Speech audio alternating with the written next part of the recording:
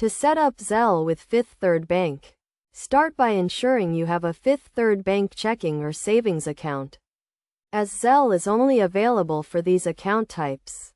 Next, go to the Fifth Third Bank website or mobile banking app and log into your account.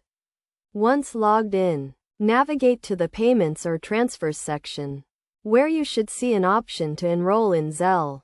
Click on this option to begin the enrollment process.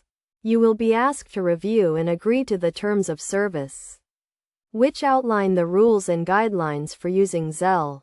After agreeing to the terms, you will be prompted to add your email address or mobile phone number to use with Zelle. This information will be used to send and receive money, so make sure to use an email address or phone number that you regularly use. To complete the setup process, you may be asked to verify your account information, such as your account number and routing number. You may also be required to receive a verification code sent to your email or phone, which you will need to enter to confirm your identity. Once your account is set up and verified, you can start using Zelle to send and receive money. To send money, simply enter the recipient's email address or mobile phone number, the amount you want to send, and a brief message. The recipient will receive a notification with instructions on how to claim the money.